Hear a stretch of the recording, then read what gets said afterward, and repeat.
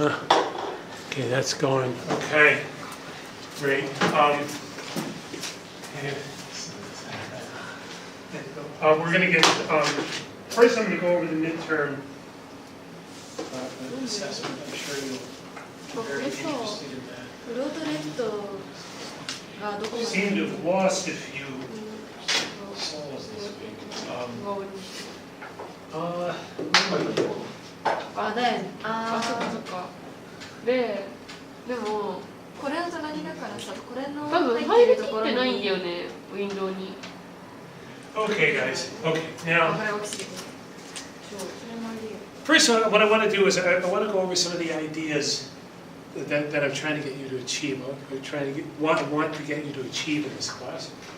And the first is the idea of self-awareness. And you may think, well, you know, these are. You may not have thought that these were important things in terms of studying economics, but self-awareness is, of course, really one of the most important things, if not the most important thing we can achieve in our lives anyway. And the study of economics is the study of human behavior and our interaction with nature. And so understanding ourselves is an important part of economics. So that's the first message that I want to bring. And you've had some questions that are designed towards that. And of course, we also have to understand not just ourselves, but understand the world and understand other people. And the important thing there is discipline. And discipline is really the most important habits that we can acquire in life. And I certainly think understanding economics requires a high degree of mental discipline. It's a way of thinking, it's a way of organizing your mind and your thoughts in order to see the world in a certain way, view the world in a certain way, so that you can then use the tools that we have in this field. And that requires the mind to be organized. And so one of the things I'm really trying to get people to focus on is that is getting yourself, when you do an exercise, anything that you do, the work that you do in this class, that you present to me your work in an organized way, that it's an organized, disciplined way. And one of the reasons why I do this is because the more that I've taught, the more that I've realized, I've seen that the people that show that mental discipline in terms of that organization, just the organization, they do better. They perform better. They are better students. They're writing, the material that they submit is of higher quality. It's more thoughtful. It's deeper. It's more precise. So that's what I'm trying to encourage. Seeing that, I want to encourage everyone to try to learn these habits of mental discipline and organization. And so both through an understanding of the principles of economics, the mental framework, but also through the presentation of the material that you're creating in this class, in your work. And third, the acquisition of tools. So economics provides a mental discipline to think clearly about the world. We want to think of clear thinking. We want to learn how to think clearly. And it also provides tools to predict how people will react to changes in their environment. And that's the important thing, is we want to do something here to learn how to predict behavior. We observe behavior. We can see what people do, but we also want to predict. For example, say you're trying to figure out what the price of something should be at the store. What's the right price that you should have? Well, you want to predict behavior. You're trying to predict behavior. That's exactly it. You're trying to predict behavior.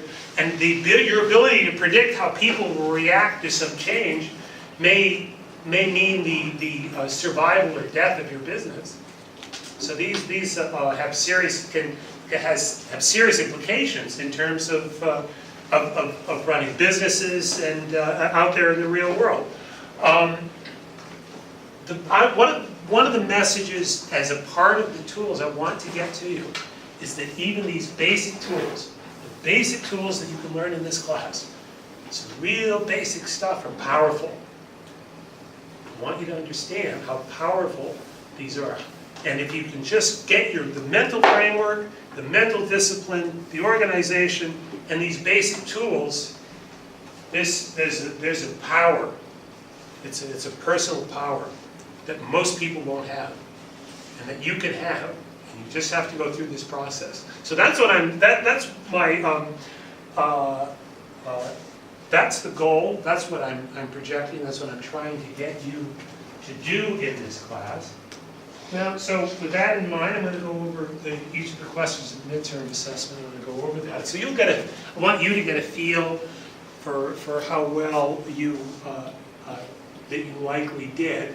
I'm going to be looking at your assessments this week, and I'll get that back to you before the class next time. So you'll have that, but before that, you can at least look at this and get a good feel for at least roughly, what you're going to do. Then I'll be flexible with that. I'll see how people perform on the test and how there's a little bit of experiment. Each year I try to do something different. I learn from my previous experiences, and I like this approach. So this first question is about an exercise in self-awareness. I want you to get to become self-aware of. Okay, let's see. So I want you to become self-aware. We'll see if this works. All right. And before you can learn about self-awareness, we'll have to learn if this works. Yay! お待たせしました。すいません。それが先生のなんですね。今同じようなタイプのものをこれそうです。それが先生で今全く同じやつを同じようなタイプのものを別なもので使っていて、もしかすると先生のお持ちのこのアダプターだとうまく接触が悪いのかなんかでうまくいかないようですね。まずこれ自動フォト調整室の全く同じタイプのものです。右上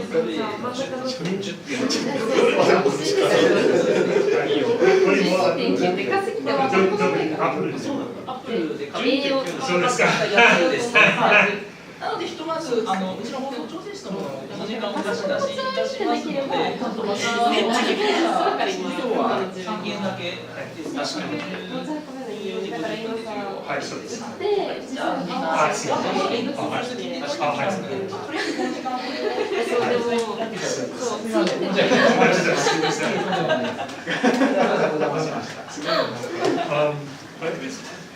I don't think they laughed last time.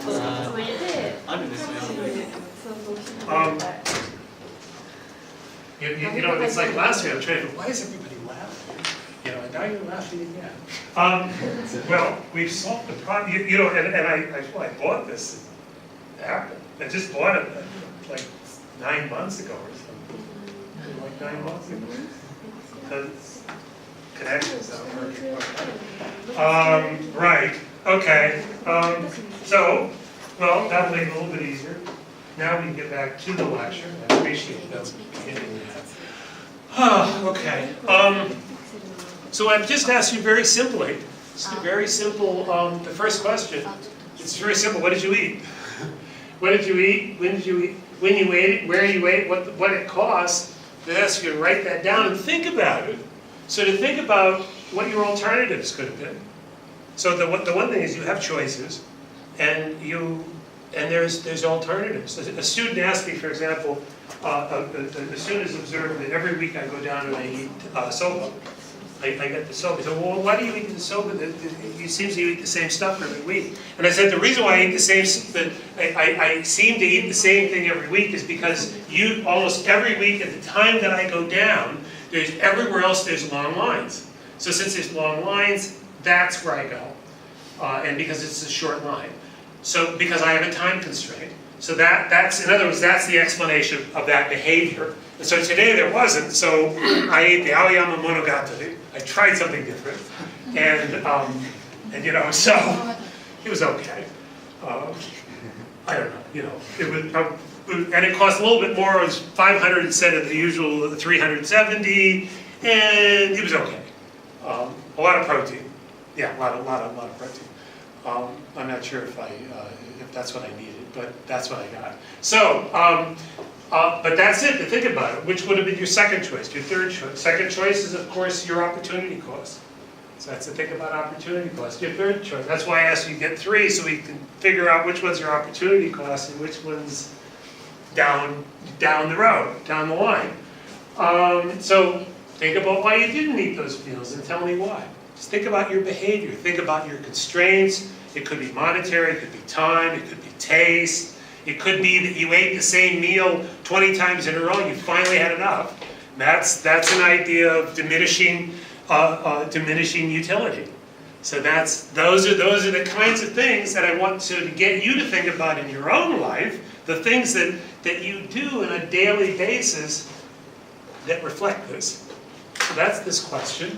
Your trade-offs, constraints, all of these, and I just clearly, real basic stuff. But this is about self-awareness, and that is where it starts. You have to start there with self-awareness. When we move on, we talk a little bit more about that. We're still thinking about the self-awareness, putting that in terms of question 2.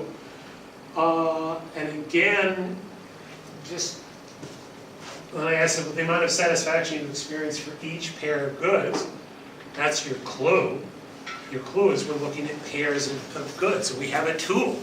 We've learned a tool to think about the relative satisfaction that we get when we purchase any pair of goods. And the relative satisfaction is based on the relationship of the marginal utility over the price of each of the goods.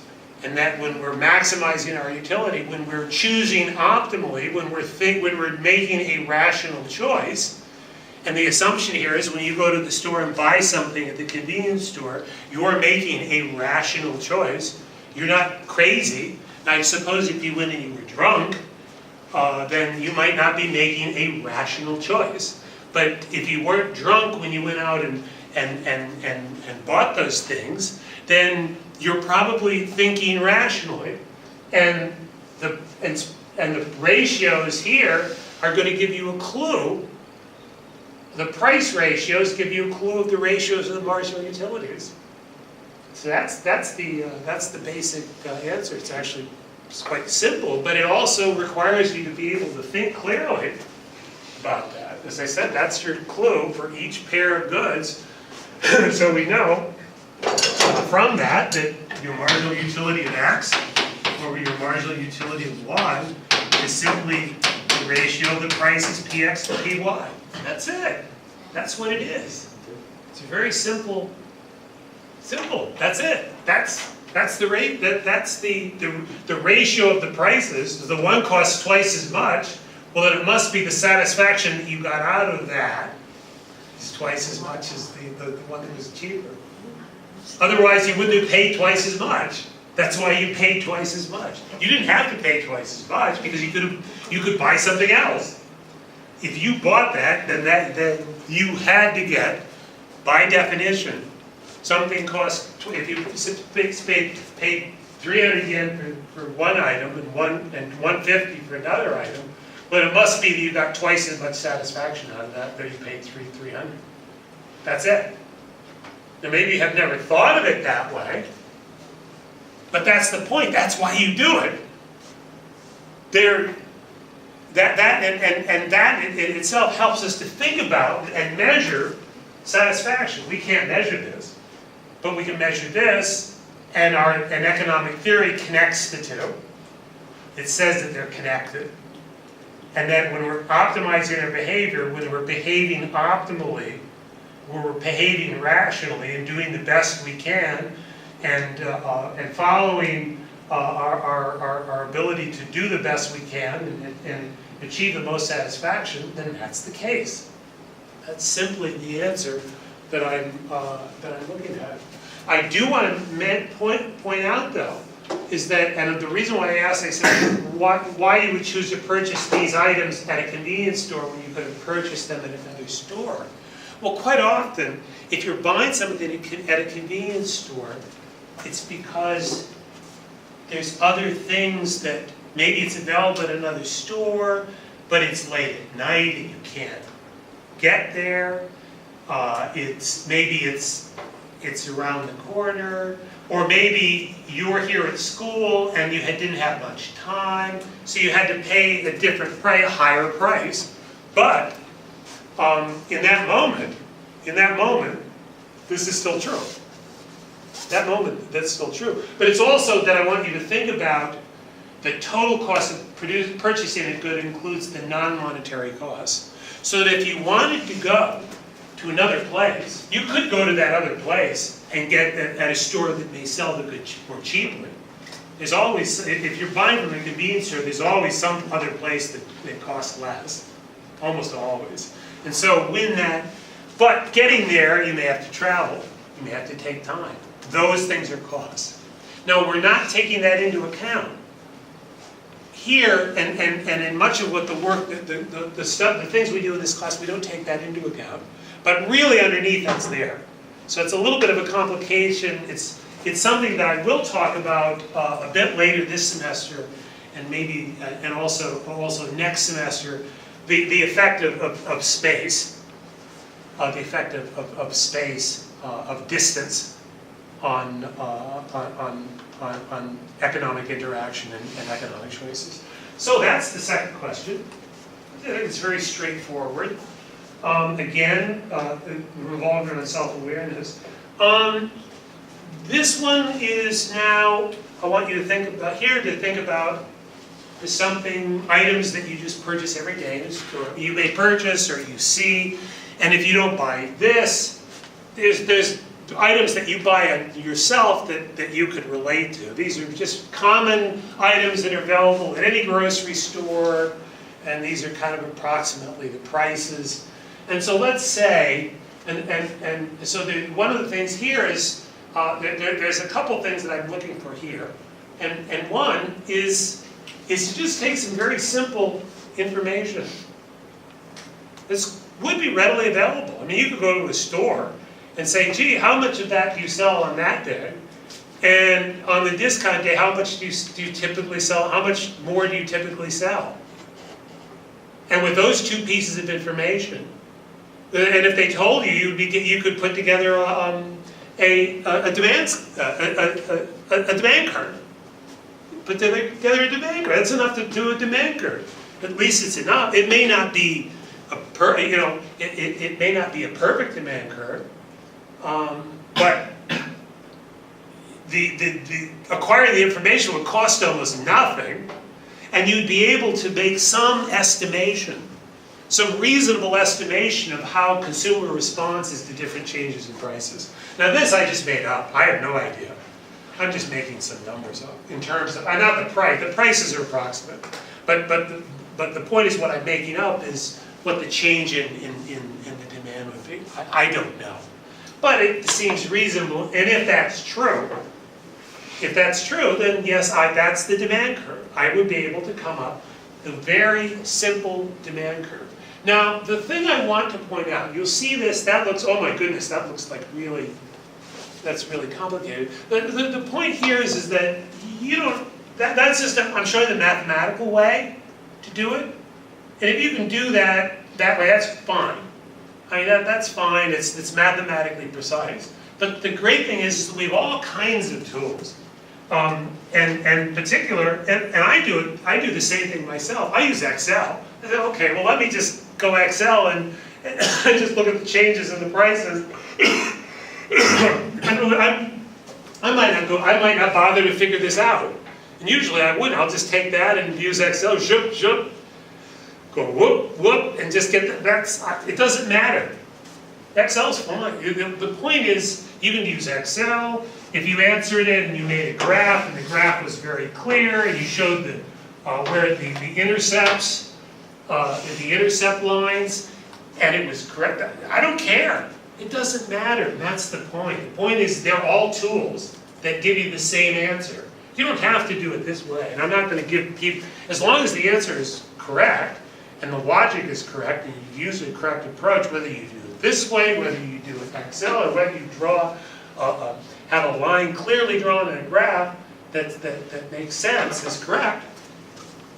They're all telling you exactly the same thing. Now the thing here is this going to be easier for example, to determine the maximum point. Excel, you can do that, the maximum revenue. You can do that fairly easily with Excel as well. And I do want to encourage you. I think some people have not used Excel very much. I really want to encourage you. Excel, this kind of software is so powerful, and you're going to use it all the time. You're going to use that kind. There's so many problems that it makes so many problems simple, and you can use that in so many cases. As I say, you don't have to do this. You can just use Excel. But at any rate, what I've done, I've shown, you got 2 points on the equation. You subtract one from the other to get since you subtract one from another and it gets rid of one of the points, you can easily do that. This is like high school algebra stuff. And determine B is equal to 1, A equals to 300, and that's your demand curve. That's the mathematical form of the demand curve. Again, if you just get that and it shows at Px is 300, Qx is 0, and the line goes down to Qx equals 300, Px is 0, well, it's fine. There's no difference. That's correct. That's all I care about. I don't care how you get it. And as I say, you have different tools. If you can use the math, that's fine. If you're at that level, but if you Excel, that's fine. I'm not concerned about that at this point. It's still a tool, and you can make use of it, and it's powerful. That's my point. So then I asked you to take. You have this equation, but you are going to have to know the point. You know the slope of the line. You know the slope of the line. This is 1. So, I'm sorry, B is 1, so the slope is -1, and then these are the point elasticities, and at the point 1, Px 150, Qx 150, it's -1. And that's where -1, at that point of the elasticity of -1, revenue is maximized. So that's that answer. Again, my point there, and the message there, is that Excel, it's fine. Excel will get you there. You don't need to be a mathematician at this stage. And a lot of these tools, you don't need to be a mathematician. You just have to understand the principles and know how to, and take the tools and apply the tools in real world situations. And my idea, and hopefully, you should understand when you're done with this class that you actually have enough of a basis to go out and do things. That even what you learn here, that you can take the knowledge that you have here and take that and go out and do something. And solve problems that most people can't solve. Because they're not able to think clearly about the problem. So here, this is a little bit different. This is a little bit more complicated. Certainly this one I wanted to test. It's a bit more complicated, but again, you have the basic. It's basically the same thing here. The first part. I'm giving you enough information to get a demand curve, and then when I'm saying, okay, what happens on a rainy day? Happens on a rainy day, the demand curve shifts to the left. And what I'm saying, the demand curve shifts to the left by 240 units for every price. So at every price, the demand curve shifts. At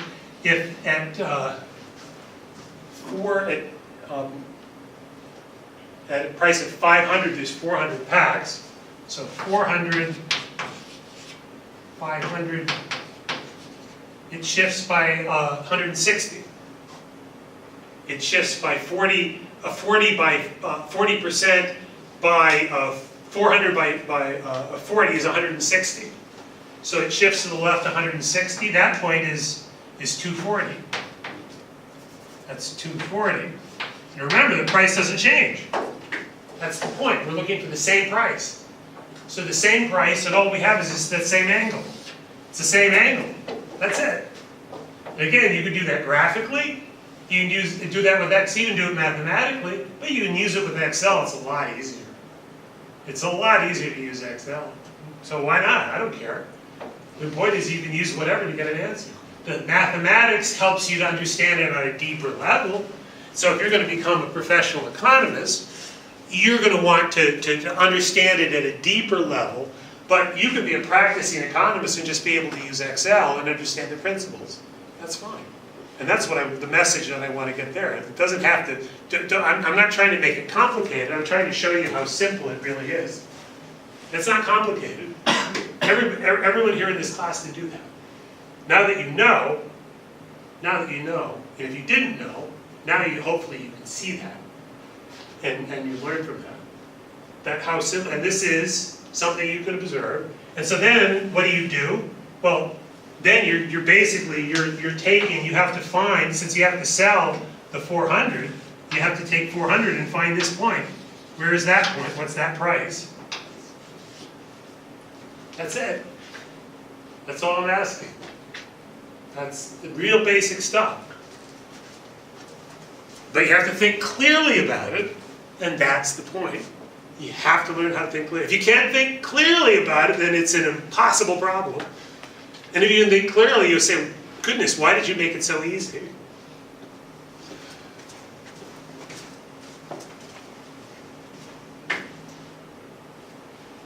Now this one is a little bit more complicated. And what I've done here, just wanted to put up,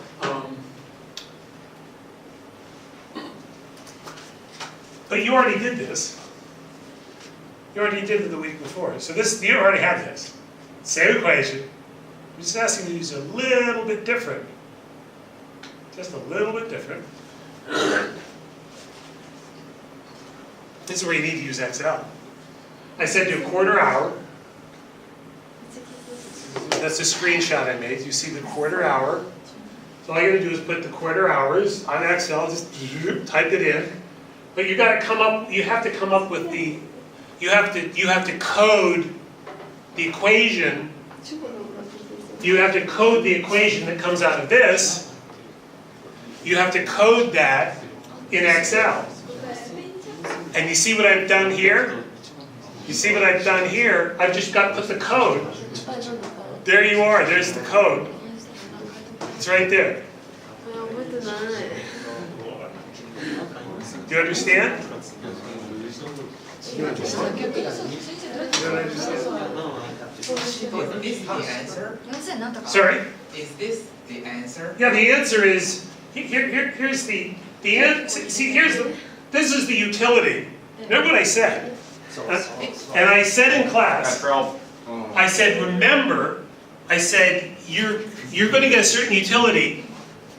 You don't have a child. You're going to get a certain utility. You're going to work a certain number of hours. So what happens is you have a child. Well, you have to spend time with the child. That your need for leisure. You want to call leisure?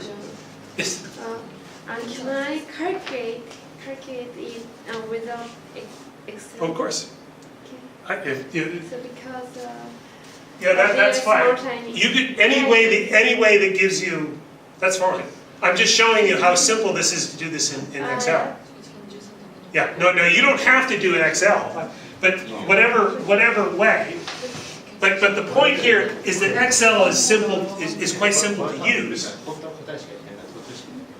There's the code. That's the code right for that cell. But you go straight down. But here, what's happening? Here's the utility. This is the maximum utility point. So for every 15 minutes, it's 0.5. Well, think about it. If alpha equals 0.5 and beta equals 0.5, the maximum should be somewhere around 12. It's 12 and 12. There's a lot of conversation.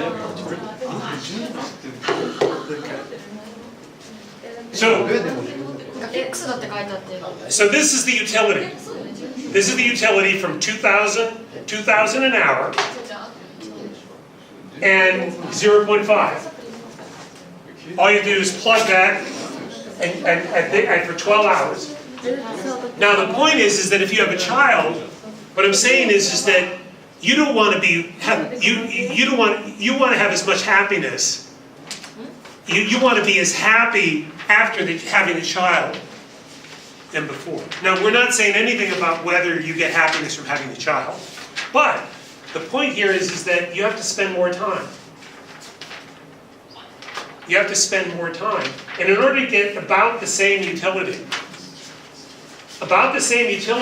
and now alpha equals 0.55, which means and beta equals 0.45.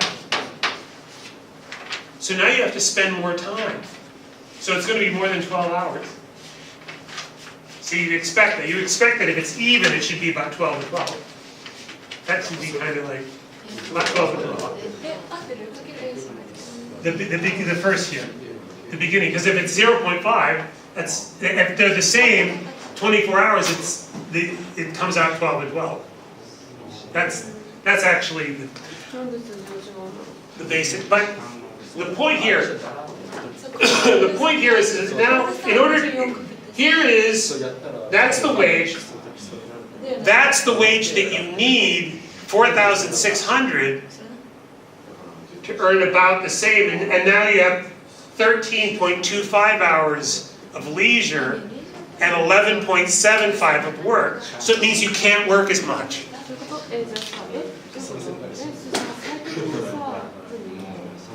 So you have to make more money. And the point here,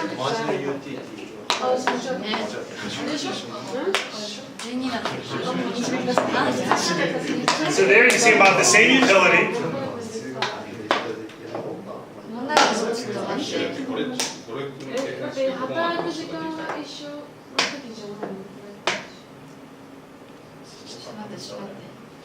Okay, and then the third, then you have the second child, and it's 0.6. There's the alpha. And the wage now has to go to 12,700. The point here, it's very, that maybe it's a little too much. But I've got a different answer for the last one. For the last one, my answer is 13,000. We'll see. Oh, 13,000? Yeah. Oh, that, And 700. 13,700? Yeah. Well, we'll see. It sounds close. I mean, I'm not worried about exact here. Yeah. No, I'm not worried about exact. If it's kind of, the point is that we're just trying to get an idea. I'm not trying to find some exact answer. It's not like, oh my gosh, oh no, I'm 100 off, I'll fail the class. No. No. If you guys, because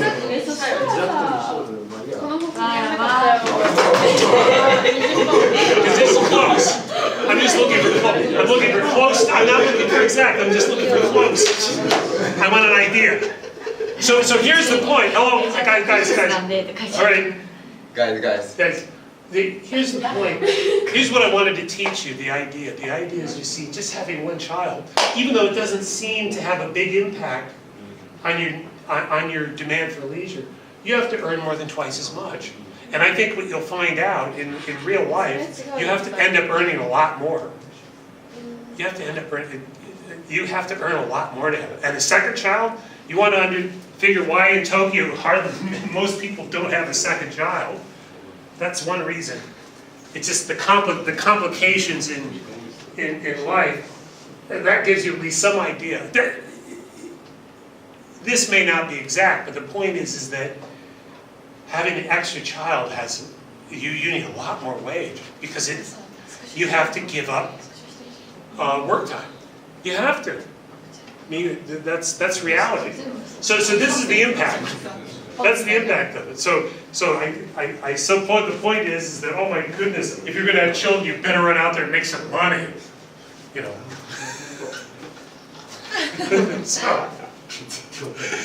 So unless you're going to be very miserable having children.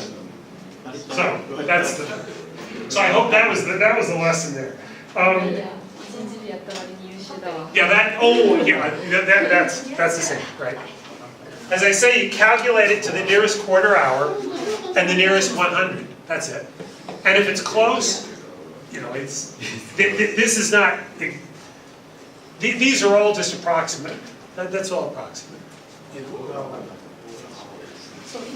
and if your answers are anywhere close, it's going to be, you know, that's fine. That shows, if your answers are anywhere close, it shows that you know what's going on. This one is very straightforward. Number 5 is very straightforward. It's just straight from the book. That's just stuff straight from the lectures. You can just kind of just write some stuff from the lectures that just help so that you understand what a perfectly competitive market is. This is very, very straightforward. So basically, of the first 6 questions, probably this one, number 5, is the most difficult. I think because you had to, but I think 4 was, once you realize it's straightforward, and 3 is straightforward, and the first 2 are just your own personal experiences. 7 is this. I'm experimenting quite a bit here. I'm really interested to see how people. I've never asked anybody to write a question for an exam, so I don't. So I'll be interested to see what your answers are. And the point here is I want to see, just so you understand a price effect, understand what a complement is, what it means, how you put that into a question so that you can show that you understand it, and that what a normal good is, what all of those mean, but you actually have all the examples in your text. It's all there. It's all there. Yeah, and what's difficult is that you have to do it. And that's difficult. So, and then answering the question. So we'll see. As I say, I'll decide when I look at everybody's questions how I'm going to. As I said, it's going to be the percentages, but usually I have more than 100 points. You know, usually it's more than 100. Yeah. So in other words, it'll be. In other words, I'll have like, you know, your 90 plus is a double A. You know, 80 to 90. But that's not percent, that's points. So I'll increase that. I'll see how people, like if nobody could get this, then, you know, I'll bump this more points. You know, no, that's how I'm going to do it. So, I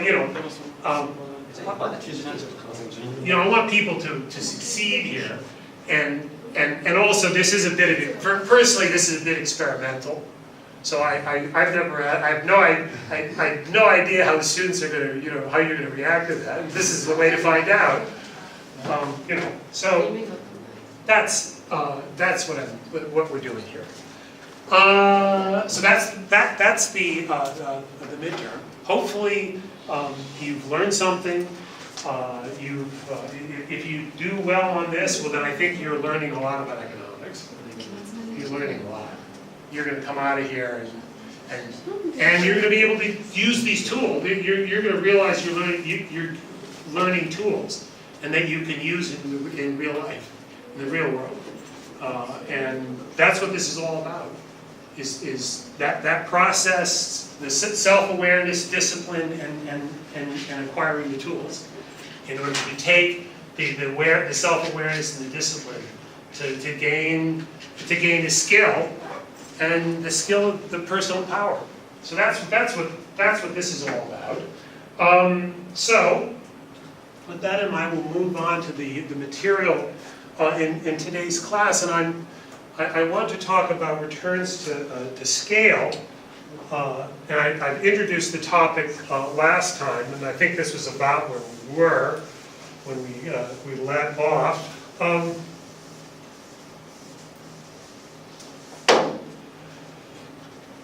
And the way to think about returns to scale, that means an increase in return means is that you double the inputs and you get more output. And another way to think about it is you double the inputs and the cost, the per unit cost is lower. That's what increasing returns to scale. So that's how you measure it from a cost perspective. I can double, I run a coffee shop. I sit for 100, if I make 100 cups of coffee, it may cost 200 yen per cup. If I sell 400, then maybe it's 180 per cup. That's economies of scale. Everyone, if you're running a business, you love economies of increasing returns to scale. It's very, very important when you're running a business. You really, what you want to be is at increasing returns to scale. Now you might find yourself at constant returns. That's constant returns. That means if you double, you're doubling your cost of production. That's all. And so the ratio always stays the same. It's always the same. That's constant returns to scale. Diminishing returns to scale is where you double your output and your costs are more than doubling. That's the when you're dealing with a situation like that, you'd rather not be. You'd rather not be there. Now, if you're running a monopoly and you control the market, maybe, and you can sell for more than that price, then you don't care. So if you dominate the market, if you're a monopolist, you dominate the market, and your price is, in this case, is more than 15, is like 17, well, you don't care. But because you consider it a profit. But normally, in any kind of competitive situation, when you're facing diminishing returns to scale, that makes it, you're in a part of the market where it becomes harder to compete because you can't grow. Otherwise, your costs are increasing. And I've just repeated, just so that you can clearly see here, increasing returns to scale produce decreasing average costs. Constant returns to scale, constant average costs. Diminishing returns to scale, increasing average costs. It's very simple. That's all that returns to scale on, but that's very powerful. Now when we graph that, this is what it looks like. This is the range. We say that this range, and through these technologies, these different technologies, these marginal cost curves, each marginal cost curve is a different technology, that as we increase output, and this is output, this is increasing output, as we increase output, our average cost falls. Average cost of production falls. This is the zone of increasing returns to scale. This is the area of increasing returns to scale. Now, when we're near the bottom in a U-shaped average, long-run minimum average cost curve, when we're near that, somewhere near that, it's relatively flat. If it's relatively flat, we say that this is the range of constant returns to scale. And then here, decreasing returns to scale, we can see as we increase our output, our average costs go up. Decreasing returns to scale. So that's how it looks graphically.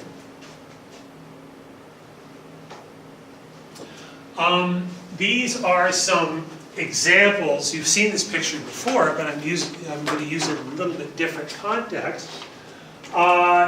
This is an example of increasing returns to scale. This was an older technology, typical technology, and even today, or even less than this in many developing countries, a country like India, much of sub-Saharan Africa is another example of that, where I'm looking for the word, I would say primitive, but the lesser developed ways of growing food this, and it has to be, it's necessarily smaller. This would be large, increasing returns to scale that you could have a farm like this on a large scale. And in fact, the reality is that even if it's a typical rice farm in this country, most of the small rice farms are incredibly inefficient. The per unit of output cost of production for a small rice farm in this country is very, very high.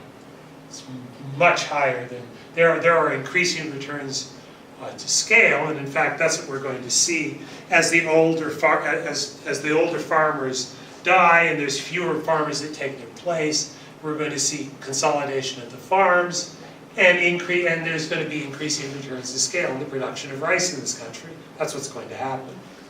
Period. That's what's going to happen. And here again, larger, with hardly anybody needed, your cost of producing a unit of wheat in this situation compared to this, it's much cheaper. It's incredibly cheap, low cost to produce wheat. Another place that we see this is in mining. You see these kinds of returns to scale, these incredible. These are examples of open pit mining. Some people, if you're an environmentalist, you may not like, you may be opposed to this, but the point is that it's a very efficient way of getting resources out of the ground. It's very large. It's very expensive. Australia has enormous, another example of enormous, this could even be from Australia. That, a person is probably like about that tall. And these machines that's massive machines, massive machinery. And you're talking about the need to dig tons. If this is I don't know what kind of, that's quality ore, that's just dirt. If that's like a gold mine, you're going to get a few grams of gold out of all that. And maybe a few other minerals, a few other precious metals, other metals, just grams of it. But it makes sense. The value is high enough, and because the returns to scale are so great, the cost of production is so low at this scale that it makes sense to dig up tons of dirt for grams of metal. Because the metal is valuable enough. Steel manufacturing. You see this in steel manufacturing, you see this in plastics. The bigger the factory, the lower the cost per unit output. That's returns to scale. I could give you this as an example: steel manufacturing. These large manufacturing plants. As I say, plastics is another one. If you've ever, I've done some studies of the plastics industry, and the bigger, for example, a country like the Philippines. Doesn't have has almost no refineries that produce. It's 100 million people, but they have no refineries that produce plastics. They have to import all of almost all of their plastics. And the reason is that the scale of the countries around them, the efficiencies are so great that it doesn't make sense it just wouldn't be competitive to set up a plastics production plant. I remember we were looking at that as a possibility of setting up a plastics production plant in the Philippines. You run the numbers, it didn't make any sense. Because when you're up, the Philippines is smaller, so it's up higher on the average skate costs, can't compete. These other producers are already at a lower average cost. Here's a historical example. I really like this. If you're familiar, the Arsenale, that's in Venice. Has anybody been to Venice?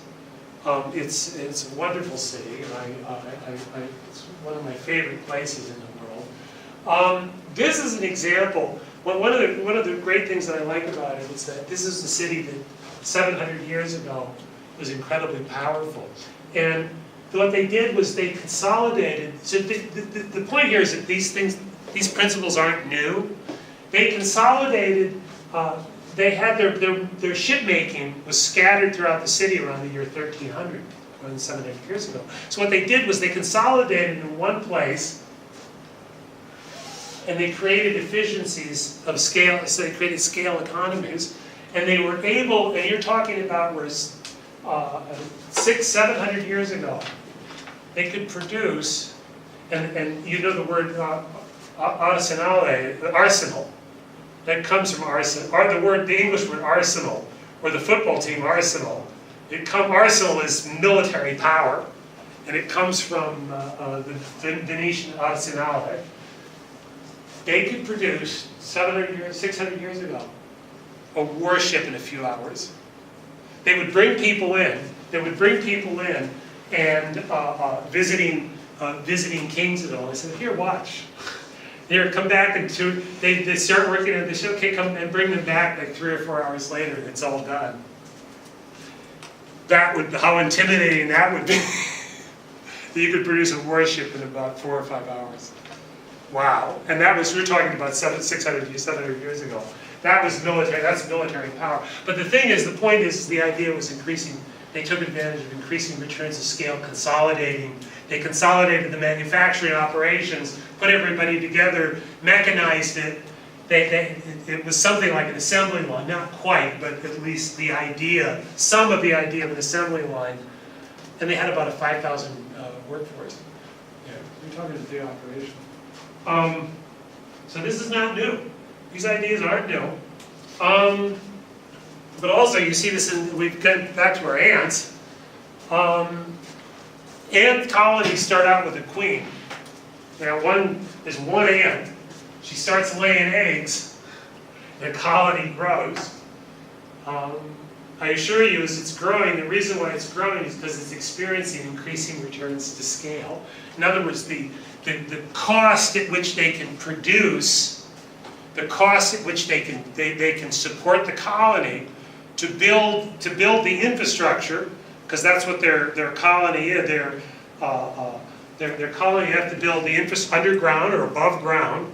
That's infrastructure that they construct, and to organize their workers, I showed you how they grow fungus, to farm, to have livestock, all of that. To a certain point, the bigger the colony gets. The reason why it gets bigger and bigger is because there's increasing returns to scale. There's more the more ants, they can coordinate themselves in a way that it's actually they're reducing their cost of producing, to finding food, to producing food through producing fungus, to raise young. It becomes more efficient. It's exactly the same thing, same kind of concept. So that goes on. And so as a result, we can actually think about we can think about a human product. We've got some QX. QX equals A alpha L beta. Well, you can have some ant output. You could come up with some production function for ants. There's no reason not to. You can use economics for a lot of things other than, you don't just have to study human behavior, you can use there's certainly a study, you could study ants and use the principles of economics when you study ant behavior as well. So that's, as you can see, the point here is that you can apply these principles, these ideas to many different areas, and I wanted to and also obviously the thing that's going on here, you're also increasing returns also implies division of labor, so that you can divide labor and each of the labor it gets larger, it becomes more efficient. That's what's going on here. In the shipbuilding in Venice, there in the ant world, in an ant colony, And we can go back, people have been organizing themselves, and again, this is not new. This is 10,000 years. 10,000 years people have organized themselves through specialization to expand food production, manufacture clothing, ships and other goods. These are things that people started figuring out a long time ago. This is an example of a place called Kakalhoyuk in Turkey. At least that's how I pronounce it. I don't know if you're Turkish or, but that was the world's first city about 10,000 years ago. And at least as far as we can tell, that was the world's first city.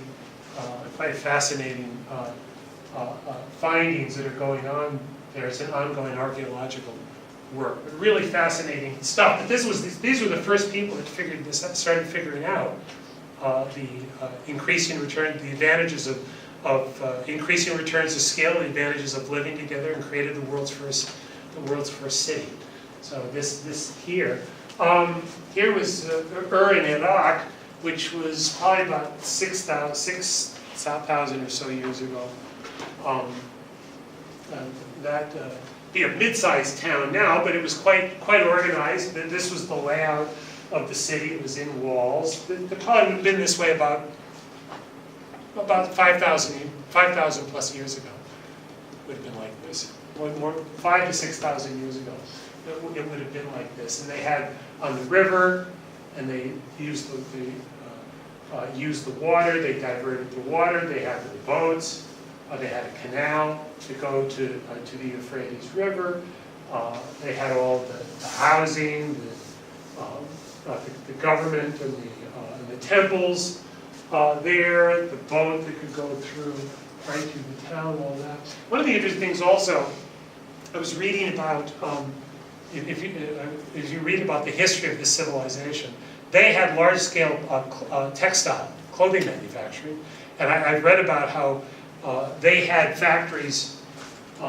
Certainly, it didn't work the way we work, but they had people like 1,000.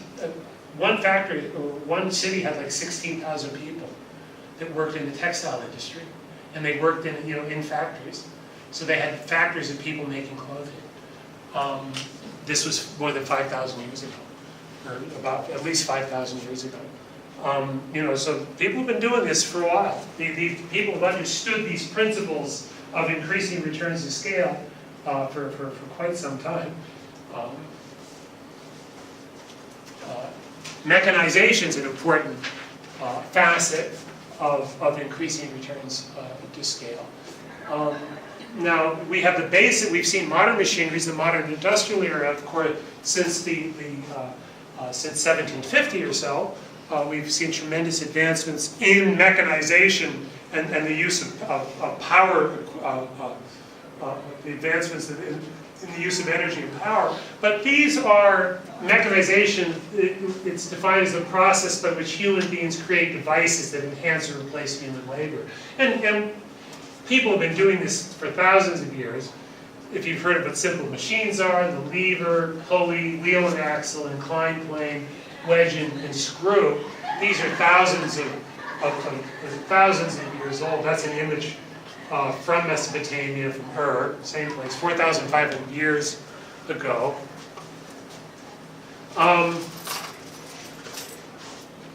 This fellow Archimedes, he invented the Archimedes screw to move water. So and this was 2,300 years ago. So people, again, these are advancements, the kind of use of mechanization, enhancing human labor, and when you do that, it reduces average costs. It reduces average cost, and that's increasing returns to scale. Here in earnest, this was the beginning of the industrial era in the late 18th century, and it first happened in Great Britain, particularly in Great Britain, and it was the use of water power, expansion of steam energy, the increasing use of metal and tools, and so it produced an enormous expansion of output per worker and a dramatic decline in the cost of production. And this was first used in textiles. This is a machine called the mule jimmy. It's a cotton to spin cotton.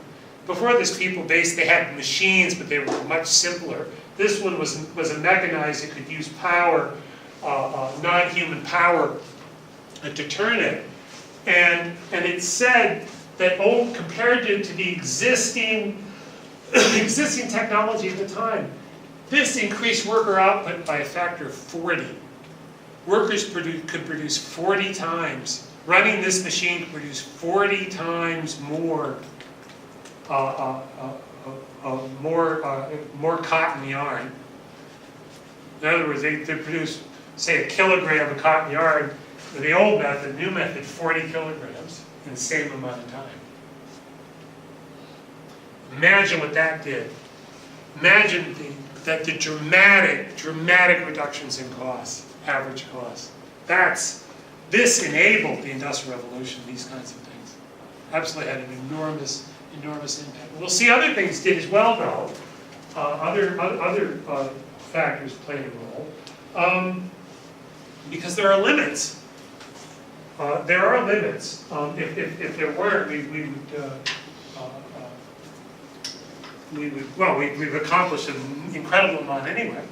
But there are limits, things that limit the extent of increasing returns to scale via mechanization. And these are things we want to think about when we study economies, we study specific industries, when we study the way products are made and the degree, the speed of which efficiencies occur, in which average costs are reduced, all of those things. Here are the problems. One is high coordination costs. The more coordination required between groups involved in production of a good, the greater the limits on realizing increasing returns to scale. Bigger, for example, making aircraft. Making aircraft is very, very complicated. It requires tremendous, you're talking about a machine that's a massive machine. In order to get something that makes economic sense, you've got to build these massive planes that require an incredible degree of coordination. That coordination is not cheap. So you have to create something that's that valuable in order to do that. It's one of the challenges. It's interesting. China is now producing its first aircraft. Right? Yeah. So China is starting to come out. Japan is trying to. It's an interesting question, and I think it's very interesting to look as to why Japan has not so far been able to produce aircraft. You might want to look into, and some of it appears to have to be the difficulty. It has to do with coordination costs. The difficulty of coordinating, and Japanese companies haven't been able to do that yet. And there's culture, and it also suggests certain cultural things as well. That there's cultural things that, for example, Japanese companies make aircraft parts. This mini aircraft part, the best in the world, and certainly Japanese companies can make automobiles. They can make automobiles, but they're struggling to make aircraft. Complex production process. The more steps required, the greater the limits on realizing increasing returns to scale. The more complicated it gets, the harder it is. The harder it is to reduce costs, and the harder to realize increasing returns to scale. Infrastructure costs. The larger systems often require an increasing density of infrastructure. The bigger the buildings that you need, the more that can cost more. It could cost more to move transportation costs, depending on the cost of moving raw materials to market. The biggest, probably one of the most important problems, though, and one that we will talk a fair bit about, is market size. Market size is one of the most important factors in determining increasing returns to scale. The smaller the potential market, the smaller the market, the fewer number of companies that can exist to serve the market. And that means by necessary that they're smaller. So even if a company can produce at a lower cost, if the market isn't big enough, it doesn't matter. And that's one of the reasons why the market in a city like Tokyo, there's so many more goods that you can buy. There's so many different special goods that you can only buy in a big city like this that you can't buy in a small town. And it's because the market is big enough. Now the internet can have impacts of changing that for some goods, but still other goods, the bigger your local market, those kind of businesses can only operate in a large city. Those are just some principles, some general ideas to talk about increasing returns of scale. And I know when I've talked about this before, I think it was last year. I think it was the first year, but I know when I first put this up and people couldn't, they thought I was crazy. I was talking about ants. You know, you've already talked to you about ants here, but in the middle, I did this in the middle of the class. I said, why is this guy talking? I could see they were looking, why is he talking about ants? But the point is that there's lessons that you can learn about human economics by watching these guys. So that's why you want to learn. You want to get ideas and see other creatures. The point is that that we all have a certain kind of economics, the way that we do things in order to maximize. Because if we don't maximize, we're not going to make it. And it's all about survival. And figuring out how to maximize those creatures that do and get those kind of scale economies have a better chance of surviving. So now we're going to talk about external scale economies.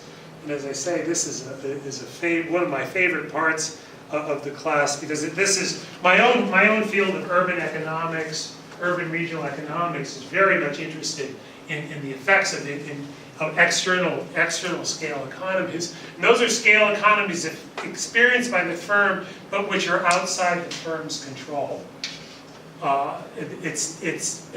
The benefit is experience of what's called exogenous, and that's an important word, English word to learn. Exogenous.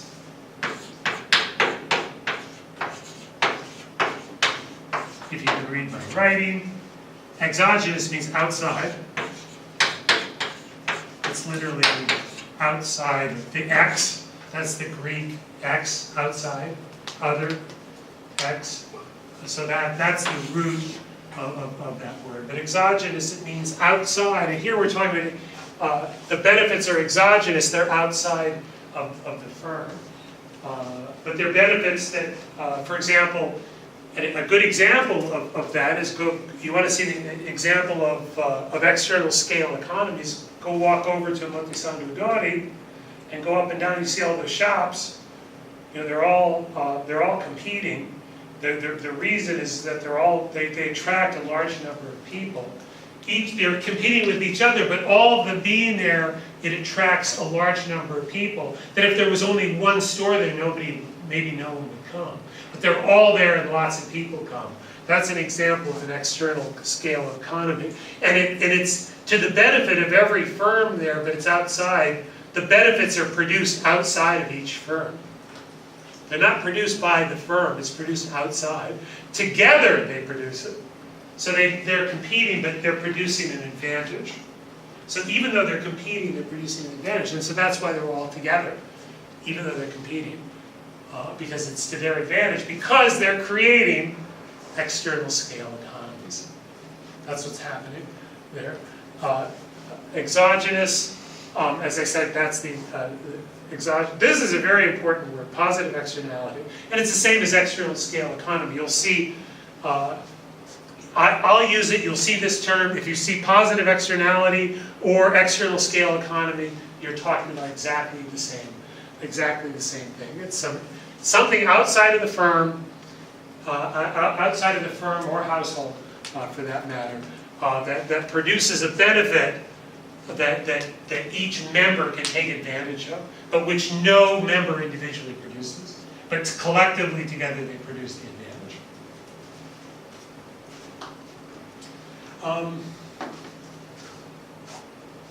So this defines what an external scale economy is. Some benefit of scale experienced by the firm, but outside the firm control. It's generated by some quality in the external environment. So that's the thing to think about. It's some quality in the external environment itself. It can be access to something such as resource and input information, transportation. I'll give you examples of each of those, what that means.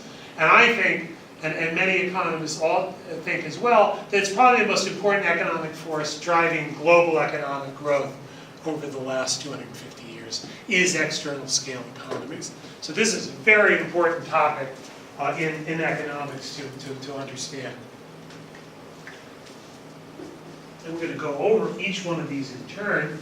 Resource-based externalities are something, this is an ancient, even hunter-gatherer tribes, you locate their food sources. It's locating towards some resource, any kind of resource. So that's a resource, it just happens to be there. If you're there, you show up and there it is. It could be the fish in the ocean, it could be minerals, it could be the forest, it could be the animals. If you're hunting, gathering, it could be the animals. That's a resource-based externality. And in fact, a great example of the hunter-gatherer tribes, the Native American Indians, when they first, about 13,000 years ago, at least 13,000 years, when they went to North America, and they got to the center of the continent, these first humans, they were the first humans to get there. They found billions of bison, these enormous buffalo, we call them buffalo, these animals, it's like meat everywhere. And you're thinking of, they were the first humans. Can you imagine what that was like to these humans that were looking for something to eat, and suddenly, as far as the eye could see, there was food. Absolutely as far as they could see. And no other humans. That was pretty good. That must have been a real great moment. That's an example of resource-based externality. They just showed up and there it was. They showed up and there it was. I talked about Catalhoyuk. The reason why it appears it was there is because it was near a major source of obsidian stone. It's a black stone from a volcanic rock. You're familiar with that. It's a black rock is called obsidian. That is you can do a lot with it. It's as jewelry. You can cut things. It's a very versatile item, stone. There was a lot of it there, and they traded it. We know that they traded it throughout that region, what's Turkey, and now much of the Middle East. The reason why I know that is because archaeologists have found the stone that they know comes from that area throughout. We know for a huge area, quite a large area, they were traded. That was 10,000 years ago, by the way, that this was taking place. The ancient civilizations of Egypt and Sumer were found in locations with ample water. So they were in desert, but they were on rivers that had water. Here's the potential, if solar energy emerges as an inexpensive source of electric power, locations with a lot of sunshine, not here, but places do have, would become a significant resource-based externality. So that has at least the possibility. To some degree that's being achieved, but we'll see in the future whether that does in fact take place. But you can consider that as a resource-based externality. Places with a lot of sunshine, they're able to use that resource because the sun just shines, it's there. And so it's like you show up and it's there. Transport-based externalities, the most important is water. Water and that's the least expensive form of transport. Once humans figured out how to build heavier than water vessels that could move from place to place, that changed the ancient world. Had a dramatic increase in productivity as a result of that. And so that also made living, it also meant that major cities that could locate along large rivers and oceans and lakes. And that's today. We still see that today. Most, not all, not all, but most major cities in the world are located along major rivers and/or on major bodies of water. Tokyo is, you see all the major Japanese cities. For example, Tokyo is located on Tokyo Bay.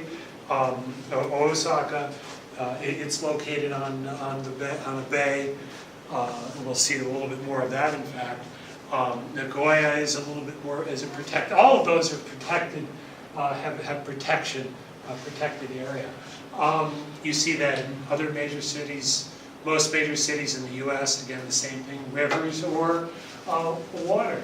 The invention of rail transport was let me just talk about it, yeah. Now some of it, the next major one is roads. Roads they also provide efficient transport, not as good as water, but when you build a road, you can move a lot of items. The Romans, if you're interested in the Romans, built a vast network of roads, absolutely vast network. If you know Europe at all, they were able to move troops from central Italy. If they got word of some crisis in some part of the empire, they could move their soldiers from central Italy to, say, Turkey, someplace in what's now Turkey, in a week. They could get there in a week to 10 days. That was 2,000 years ago. That's why they were able to manage an empire that big, because they could move troops around. They built a road system that was so well done that some of these roads still exist. They were so well built. They really built very high quality roads. They were great engineers, and they moved people and goods, and they used horses to get places fast. And that would be fast now to move an army that far, that quickly. That would be quite a feat now, and they could do that 2,000 years ago. A powerful army. The invention of rail transport in the 19th century was a huge advancement. If you look at the effect of railroads, it was dramatic in places. In fact, we can see places that still do not have or just developing a real good rail transport system are behind. And I don't know how much of a chance we'll get in this class, but China, for example, is investing in Africa and helping to build a huge rail system that's going to have enormous. If they do get that done, that's going to have an enormous impact, because the rail systems have an enormous impact all over the world. In fact, the Silk Road, the efforts of China, China is trying to build a transport system all the way from China to Europe. That's called the Silk Road Project. That basically to link China by rail with high quality. With a high-quality rail. So this is still a developing ability. Air transport, the development of air transport is a massive change. Air transport is a tremendous technology. We still have 8 minutes. I know they're having a good time outside. We still have 8 more minutes. In fact, and this is what I really like. I enjoy talking about in the class, because it's one of the, and in fact, when I developed this lecture, when I put this lecture, it really helped me realize the importance of the Seto Sea. And really, when you look at it, this body of water, or this area, was for most of the history of this country. Most of the history of this country was really the center of the country. The center of Japan was in here. And the reason is actually quite easy to see. You've got this body of water, it's inland, so it's completely protected from tsunami. There's no tsunami. It's too small, even if there are earthquakes here in there, it's too small really to generate significant tsunami. So that's one major thing. The other thing is that it's a sea, so it's not in the main ocean, so there's just going to be less. The water is more calm. So ships have an easier time moving around. And interestingly, the climate, it's a sunnier climate, much of the area, so it has a less rainfall. It's because it's an inland sea, there's going to be more, the water is more shallow, so there's more fish. There's more fish than in the ocean, so it has that advantage. And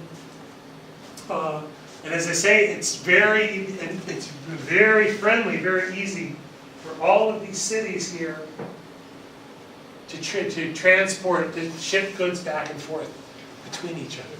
So the water open year round, very calm waters, pleasant climate. So not surprisingly, many of there's quite a significant human population around there, and really, and you see that and Osaka at the top end, which was the most important city for a long time in this country. So, and really until 1600, after 1500, one of the things that people quite often don't realize, Tokyo is a city that really came into existence around the year 1600. It's a little bit more than 400 years ago. It's not a very particularly old city. It's about the same age as New York. They're both about the same age, and so that was finally Japan started moving up, and then of course, as you know, it really wasn't until the 19th century that Japan colonized Hokkaido. So I mean that's quite recent. So this is really the center, the center of Japan's, much of Japan's history is based on this area, this inland sea, and that is a natural resource that created that kind of ability to trade, all those other advantages. So you have all those cities, all those people that are located in all those places around that area, and all you got to do to see the advantage, look it out. There's very little in terms of there's, what's that, Kochi? Kochi is right.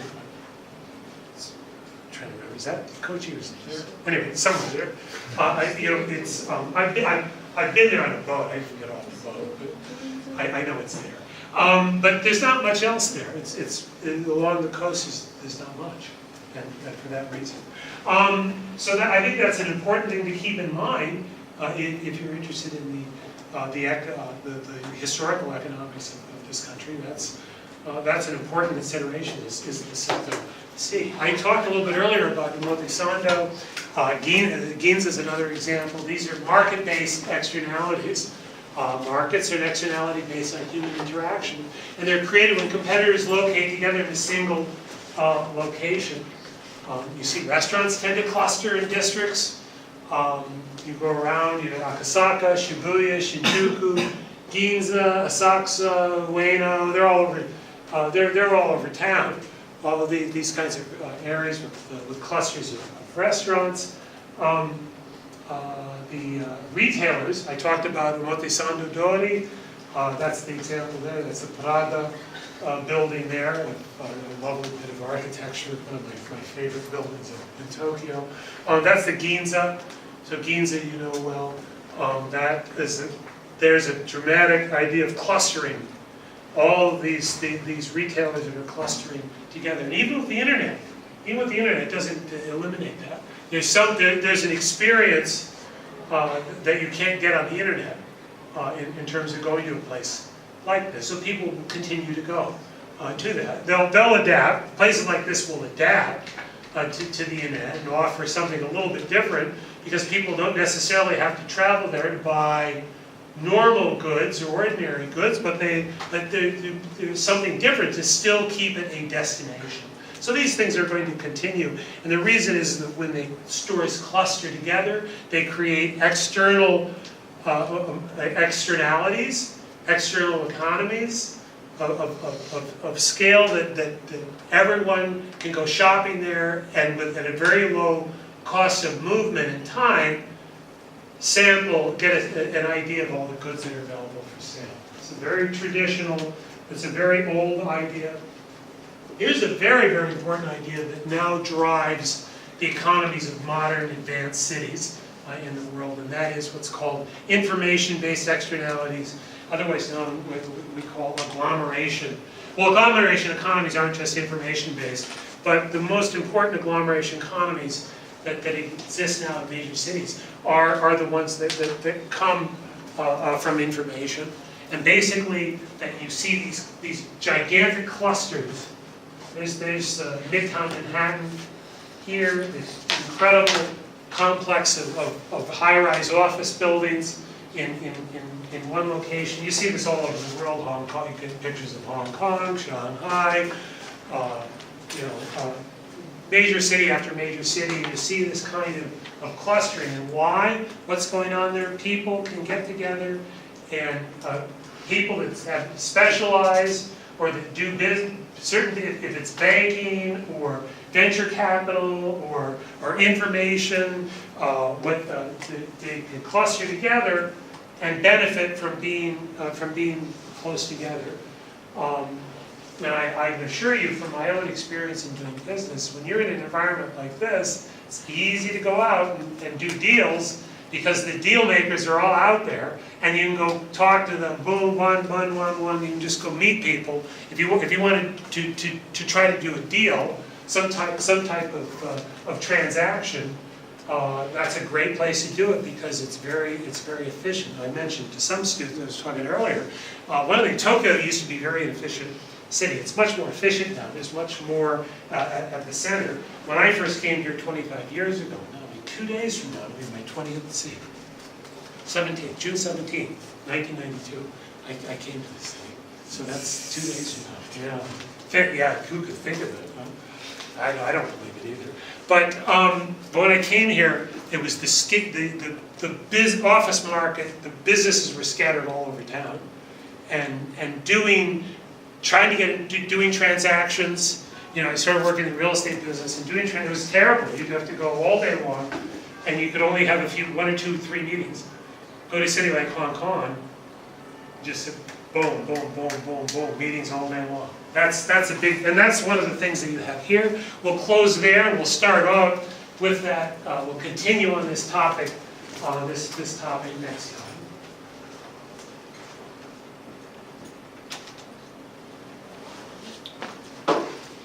And as I said, I'll get back your midterm. You're excited. He's excited. Well, you'll know. You will know what you don't know. And for those of you that are going to be heading abroad, hopefully this will help you to get ready.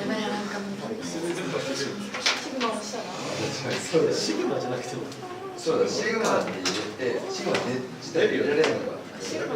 問題なんですけど、シグマって見たことすらないんですよ。マジでだって数字読めないでしょ。オメガってお尻みたいな。だよね。シグマ言われてもちょっとよくわかんない。俺シグマのテストでさ、こちら。全部いいかもしれない。はい。すいません。すいません。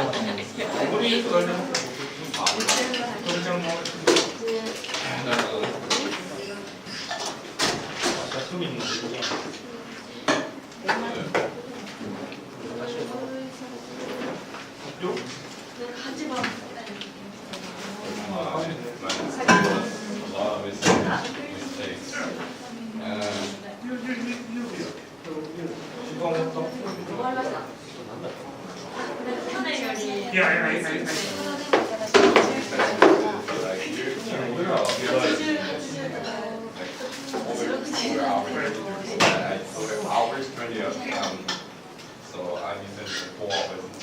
あ、そこにいたのか。We'll see when you go. And it looks, the most important thing is if you're setting up, if you're setting up a problem, and you're going to the right person. That's good. I could come up with my Return. てればいいじゃん、まくれれば。You know, so as I say, I know you had a lot of anxiety about it, and you know, if you found it really difficult, you know, it's that the important thing is that you get through that and realize that you're learning something and start, you know, the best way to feel like you're making progress is, that's it. Learning, if it was easy, everybody would. If it was learning, yeah, if it was easy, if this was easy, everybody would do it. And, you know, that's, it's not. それ忘れてってなってしたら面白いです。 You're coming already. No, I know, and I saw your message, but he's really built it. He's like the center. I looked over you can see he's good. You've answered the question, you're trying to prepare them coming in. Well, as I say, also, I'm going to be flexible in terms of, you know, I'm not here to tell people, but people that don't do the work. You know, but people,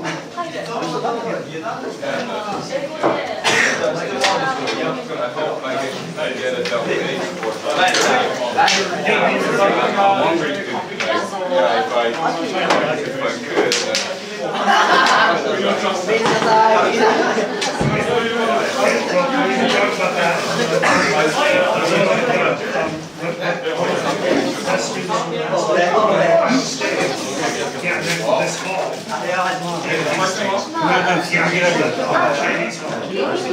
He's leaving. He's friend. Oh, okay, Xiaochu. Yeah, Chao-Chu. Yeah, Xiaochu. Yeah, he's no, that guy's gonna. We're talking about. He's gonna go there from fall. No, I'm talking to him about some potential deal. You know, I'm working on some stuff with him. Some real stuff, yeah. No, I mean the guy's ready to do deals. He's ready. He doesn't need school. That's a guy that doesn't need school. He just needs somebody to hire him and start doing deals. You know, that's it. I'm starting to work with him to see if we can do a deal.